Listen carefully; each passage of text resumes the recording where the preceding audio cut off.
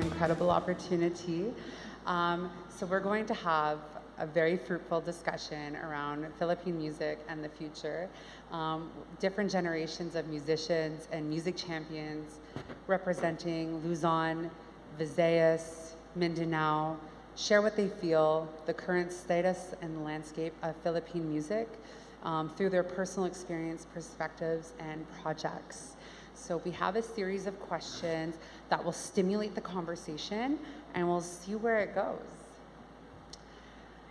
All right, so I guess my first question is, and I'll open it up, so we don't have to go in any specific order, is what do you think is the biggest change in the Philippine music scene within the past 5 years? They said that Filipino music was dead for a moment, for a while, but as musicians, we don't think so. But eventually, it led to like a renaissance of the re-emergence of Filipino music again lately, and everyone's benefiting from it. Even the local indie scene, those guys in the under labels, and everyone's benefiting. So you can say that we're still not sure where it's heading towards, but it's improving. The past 5 years, I've seen the rise of indie artists and bands, and then also actually I listed down the well-informed and thinking songwriters, because we have, for the past 5 years, we have series of boot camps happening in the country. Okay, and also a thinking audience, because right now people are actually listening to the story of the songs, and then also the growth of music communities. Well, for me, for the past 5 years, what I noticed that what really changed in the local music scene is that things went digital, and more of like the artist going to the audience instead of the audiences going to the artists. So, for example, like a gig that's held in a venue, and usually the audiences are invited to go there. But as music went digital, like live broadcasts of performances, which are uploaded on, for example, YouTube, on SoundCloud, on or other music platforms, it's the artists now who go to the audience to present their material. I actually had to Google this one, and I found out that the Black Eyed Peas were still performing 5 years ago. But locally, at that time, I was still performing more actively than I am now. I was in a band, and I think the thing that hit most artists like me, musicians like me, hit very close to home was the shutting down of a very famous studio in the 90s. It's called Track Studio, and if you can, it's a bit like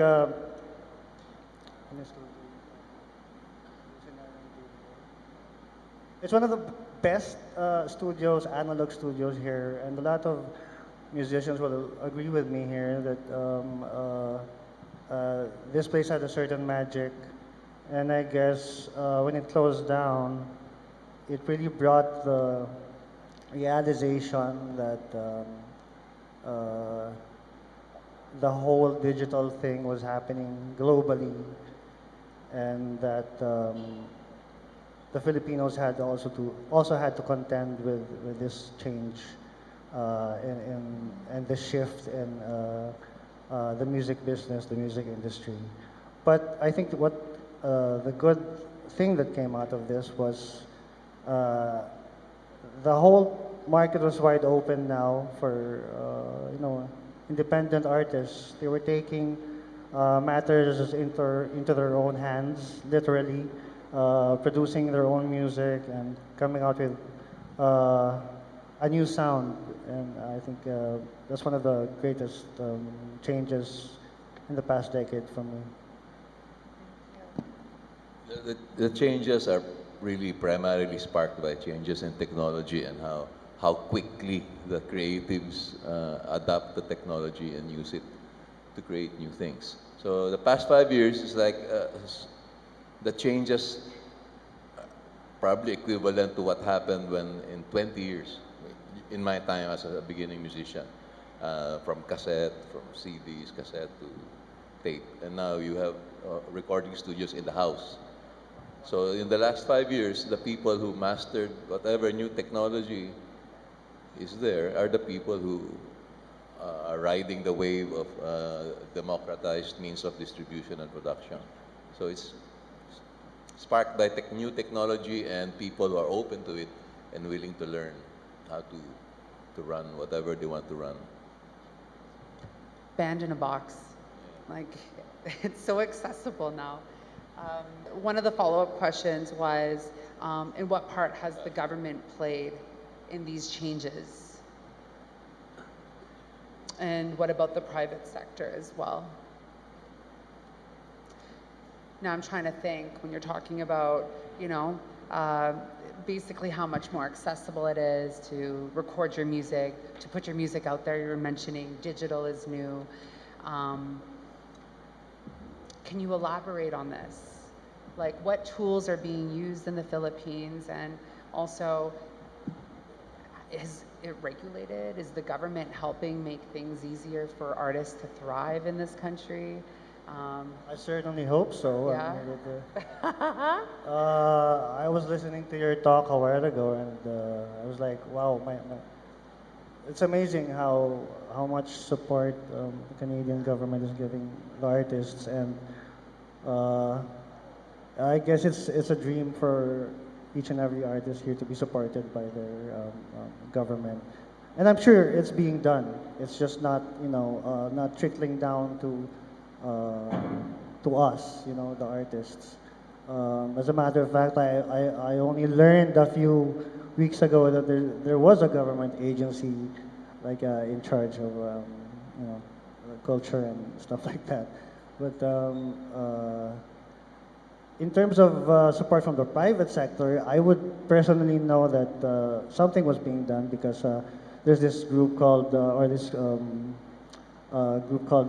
PhilSCAP, which handles the royalties and licensing and IP and all that for artists. But not all artists are enrolled here. So anyone here who's not enrolled in the PhilSCAP, I would encourage to be a member because they do take care of your work. I can personally attest to that.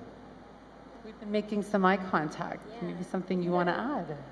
First of all, I'll just talk about my experience, because for me, I sing, and when back in high school, it was the posting of our own covers or own originals really started out on SoundCloud first. So like any popular song that was heard on the radio, like the next day someone would post a cover on it, and it was very accessible for all of us to listen to. And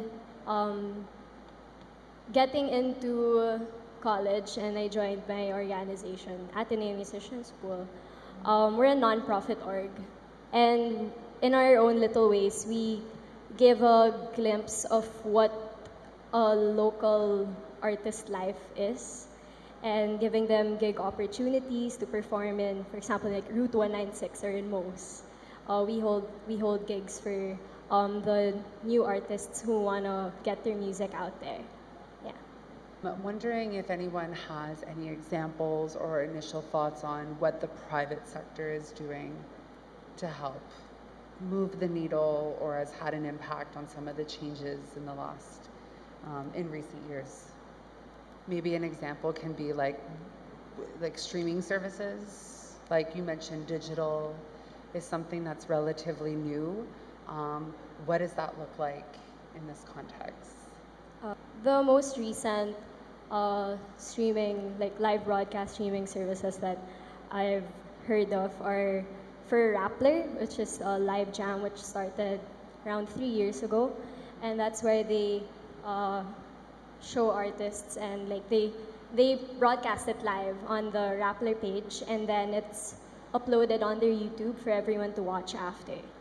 Another one would be Wish Bus, Wish 107.5, and that's they also get different artists, and it's really cool because it's like in a it's like Wish Bus. It's in a bus, and these artists perform, and it's also just like Rappler uploaded onto YouTube for everyone to watch, and through that, we get to go back to it anytime we want, and we get to stream their music anytime we want, and that's a way that the private sector does help the artists connect to their audience. Now I'm wondering, what about brand agencies or other types of companies that support the sector? Like I know in North America, streaming services like Spotify or even like using Google Analytics, we get access to data which could be used by brand agencies or managers. Like for example, if Spotify is telling you that your music is really popular in whatever set of cities, that maybe that's a idea on planning a tour. I'm wondering if there's any type of has the private sector helped in the Filipino market with data or helping with branding or helping with promotion in a digital world? Because if the music's being consumed digitally, how are you ensuring that people know about you in that world? Lately, there have been songwriting competitions funded by local networks and local companies. I think that helps the songwriting competitions. Competitions. But they also get different entries from doesn't matter who you are, since they've been saying that people can record from their homes, so you can just submit an entry just as long as it has a good quality recording Okay. already. And would you say the quality is on par? Because you were talking about now people can just record at home. It's much more accessible. Is the quality, do you think it's just as good as a professional studio? Or does it stand a chance in the competition? Part of the competition is after they screened everything, they have top, let's say 30, and then they record it, they re-record it Professional. so that it becomes more presentable. I'm from Mindanao Popular Music, so actually we're actually the ones giving a venue for songwriters to create songs. So we have no series of music festivals and competitions. So every year, so for them to really continue expressing their the music. So you mentioned PhilSCAP as an organization that people need to be part of. And of course, the same mindset in Canada, you have to be part of SoCAN, especially because we're working together. What other not-for-profits exist in the country that artists should be engaging with or part of, if there are any? Just curious.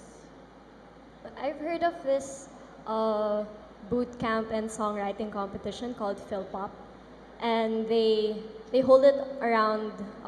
They tour around Luzon to Visayas to Mindanao, and for example, for 1 year they'll hold the boot camp, and that anyone can participate in that. You just have to sign up, and for the following year they hold a songwriting competition, and most of the people who compete in that competition are those who came from the boot camp.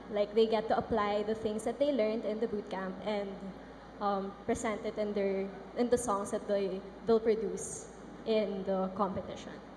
Any organizations, not-for-profits, foundations that you think artists should be part of or engaging with or know of? I get a lot of job orders. Like a mayor wants a song for his town, or there's a choreographer who wants music for this and that and that. Is that part of the music industry? Commission works. I've always wondered because a lot of my economic health is not pop. I mean, I don't get played on radio. I don't get invited to concerts. I don't sing many love songs. But I make some money, and I wonder why am I invited to speak at things like this? I'm not. My music on Spotify, I didn't put them there. Somebody else did. I haven't. Royalties, 500 pesos a year. So am I part of the industry? I wonder. I wonder. People say I'm a pillar of the industry, but I don't feel like it. I don't feel the weight of being a pillar. So I'm wondering, are artists too focused on the word industry? Maybe there's not enough focus on what value am I to the community. What is my therapeutic value to people who are eating instant noodles every day? What nutrition do I add to culture? And maybe maybe industry will find you, like it finds me. People pay me to write about this and that and that, and I imagine proposals. I've done a few albums on grant money because of the ideas, not because of the popularity of the music, but because I say, for example, what about a whole album that's about rice? Because it's so important to Filipinos. Then I go to an award-winning poet and say, write 20 lyrics about rice. And then I distribute the lyrics to my friends who are musicians, and then we record at home. Everybody's sending me garage recordings, and I dump it all in a CD. It never gets heard, but it gets paid for. The CD's there, it's parked on some website, NCCA, I think it's on the NCCA. Teachers can go there, there are PhDs who have written articles on each song. So it's a learning resource, it's there, it's a model for art as a center for academic and philosophical discourse. Like there's an article on rice and healing, rice and superstition, rice and corruption, rice and politics, rice and smuggling. And it's all built around music, but nobody knows about it. But it got paid for, so that's the nice part. Well, and you made it happen. It seems very culturally significant. So. Yeah, it's there. It probably people listen to it when I die, maybe, and say, "Hey, it didn't work." Oh, wow, wow. That's great. This one is a little bit more of a serious question. So to each of you on an individual level, what are the biggest challenges that Filipino artists and music companies face today? And if you could relate this in a global context, that would be great, but it's not mandatory. Well, for me, the fact that there are 30 to 40,000 songs being uploaded every day digitally. So it's crazy. So basically, it's enough challenge for Filipino artists today. So for me, that's it. So how do you stand out? No, Like- there's difficulties in in marketing, Yeah. difficulty in finding the right people to listen to your works. So maybe if you can find someone who can actually put you there, then that would be better. For me, even if you don't, even if you have like really good material, it's not enough anymore. You need to have a really good strategy. You really need to like learn how this is important. Learning from Canada's programs is important because this, as you said, it can be the future of the Philippines. Now we know that before we only know that the government supports K-pop and all the other countries, but this time it's clearer that everyone else is doing something, and here in our country we're way behind. So we need to like we need to talk. We need to do something about it because everyone will benefit from it. Thank you. Uh, I'll make 2 points. For the first point would be, I don't know if you're familiar with the term, but it's a term that people in my org use. It's called circle jerk. And yeah, it means like the same lineup, same bands, same venue, same audience most of the time. And you really ask yourself, do I really get my material out there to the people beyond my circle if I just keep using the same method of trying to produce my music? And then that way, it's a very difficult topic because there's so many opportunities for people to perform. If you wanna get your music out there, you can just post. But when it comes to like groundwork of actual gigs, of actual live performances, it's very difficult for artists to get to perform live because of the circle jerk thing, because people only choose the same artists to perform on a lineup or like in a festival. It's always the same.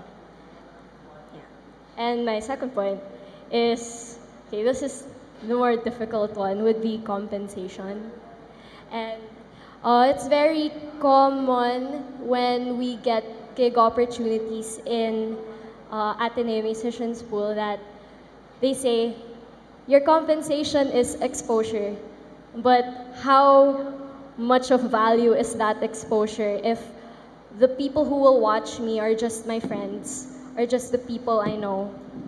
And you can't really guarantee that your music will go beyond that the people in front of you, because yeah, it's like, what is exposure anyway? And as an artist, you work hard for your music. You write the wee hours of the morning, or you produce it yourself. You do everything you can so that you can fully express yourself in the music that you produce. And when you get to perform it live and they say, okay, it's just exposure that you're gonna get out of what you're gonna give us, what you're gonna perform, it does not really give so much credit to you as a performer, and that's just based off like experience. I mean, that is an issue globally around fair compensation, especially with the digital services now that pay very low in terms of the royalty premiums. Like, it's not like broadcasting. And when the artist can't actually sustain a living, then the whole ecosystem is vulnerable to collapsing, which is really dangerous from we're talking about cultural identity. And one of the things that we have a conversation around at Music Canada is around the value gap. Were you all familiar with like the iPod Shuffle when it came out, like, oh my gosh, like years ago? But it was that little tiny device, right? Like no screen, just played music. Like, how much were they selling that for? It was pretty expensive for what it was, and the only value it had was because of music. Yet when you looked at the value chain of how much the music creators or the music copyright owners or the recording artists were paid from the sale of that music, was so low compared to how much money Apple made for the creation of this product. So we're seeing not just in like, even with these companies capitalizing on music, where the value is always so little in terms of compensation. There's an infographic I will share with you about like, it always circles up on social media, and I'll always reshare it when I see it, but it's like a doctor or other professionals giving the response of kind of what, how would a doctor respond if it's like, can you do my surgery for free? You'll get exposure. Like this mindset, it's like hairdressers go to school to learn how to cut hair. It's a craft, it's an art. Same with music. Like, what does it take for the career to be taken seriously? And we have a musicians union in Canada that does a lot of advocacy around collectively, if we are working together around like rights and riders and all of this, that we can create a like a benchmark, right? Because if some are working for free for the sake of exposure and others aren't, then it doesn't work. But if everybody is united to say like, no, we are not performing for free because this is like how I make money, this is my career, then it changes the conversation. I mean, so it's the Canadian Musicians Union, but I don't know if they have anything like this here, but that they do a lot of advocacy and public education to change that mindset. I bring it up because it's really important, compensation in Canada too. I think it's difficult to see when your music becomes a career. Because you're just doing it for fun, right? And then where does the line exist? Like, okay, it's a hobby and now it's a career. You can't tell. I couldn't tell. I still can't tell. I don't know what my career is. I write proposals, I write poetry, I give talks, I perform, I earn barya-baryang royalties. So I don't really know. One big difference, I think, from someone as old as me and someone young as her, is my first 30 songs were never recorded and nobody heard them. But your first 30, have you written 30 songs? No.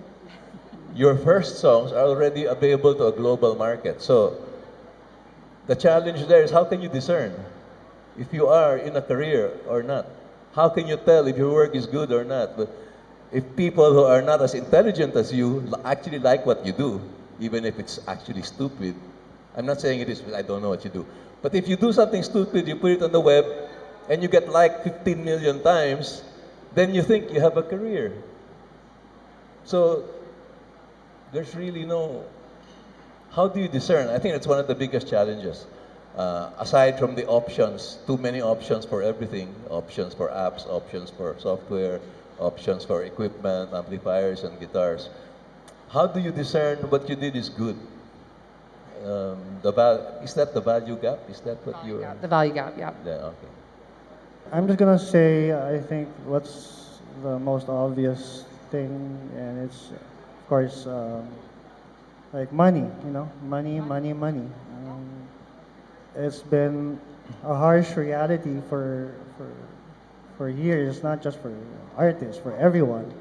Even rich people here have a hard time with money, and I think it's just one thing that most of us have learned to accept. People like us or artists like us who've chosen to make this a career, whatever that means to you, whether it's for earning a living, or even if it's just for a hobby. Parang I think deep down inside, all musicians want to just concentrate on making music, or what makes them happy, something they love and are passionate about. But it's just difficult, and I think the challenge for artists and music listeners alike is to avoid the trap of giving into the ease of or convenience that technology has to offer right now, because everything is like a shortcut away. Making music is now doable like on your phone, and that's a shortcut. And it used to be like, I don't want to sound old, but I am.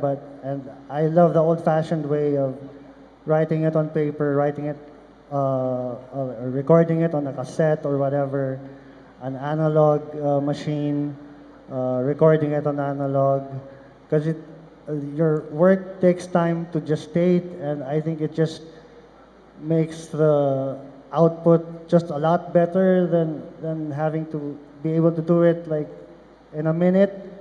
And I think that's what the artists or musicians have to avoid, or not surrender to, like take time to listen to your own song, and don't just put it out there, because because you can. And I think this is just a good investment for the future, since we're talking about the future, and I believe that nothing good comes out of uh, doing things because it's convenient. Like carrying 1,000 songs in your pocket is convenient, sure, but you actually get to listen to all of them like in one day. I mean, listening to vinyl is better because you actually do something. You're active. You take time to take it out of the packaging. You take time to put it on the turntable. You put the needle on it. Then it becomes a worthwhile experience. In my same thing with buying or purchasing a song. I mean, this has been said a lot of times before. I just want to reiterate it, and that I do believe that convenience is the death of good art, whatever it is. The last question is, in your opinion, what would be the ideal future for the Filipino music industry? Or Filipino Of music? course, the ideal would be, like I said, musicians would be able to like do what they love and don't have to work day jobs, I guess. Actually turn their passion and talent into a sustainable career, like a full-time career. Yeah, thank you. For me, it would be to know the ins and outs of Philippine music and the industry of it all. It's the it's not the point A to point B relationship of artist to audience, but there's so many things that happen in between, like the sound technicians, producers, the documentations people, publications, and promos even. There's so many people that help in between the artist to the audience, and for everyone to recognize that, for everyone to give more credit to the people who work behind the scenes, behind the stage, then I can say that, yeah, it's a bright future. Yeah, thank you. Because of what Sir Marcos said, we need like, better opportunities for everyone, equal playing field. Because sometimes it's hard for indie musicians to get into radio stations, music stations. So I hope it becomes better. Yeah, maybe in the future, I'm hoping that we'll be able to eliminate the stigma, of when you're a musician, you are struggling. So if you can eliminate that, well, that would be better. And if we'd be able to embrace the ideals of respect to to the artist and respect by the artist. Okay, so that will be great. That the artist will be given what is due to them, to their work that they created, and then for the artist also to create a to bring more quality works, and then for the people to truly appreciate what they are doing and not oblige them to appreciate you. Yeah, maybe that's it. Thank you. Nationalism, Philippines nationalism is becoming an obsolete concept. Has been obsolete for quite a while. So, what is Philippine music, and what will it be? It doesn't. We can't predict. We cannot predict that. A lot of it will depend really on the new technologies and how creative minds interact with those technologies. Thank you. And I hope that this conversation continues with your community so that you could start to develop like some programs like we have in Canada, so that money is not an issue, so that stigma is abolished, so that music is out there, that people have the knowledge, and that you could really transform this industry to go next level. I know you can do it. Thank you so much for sharing your knowledge, your time. History is being made right now, remember.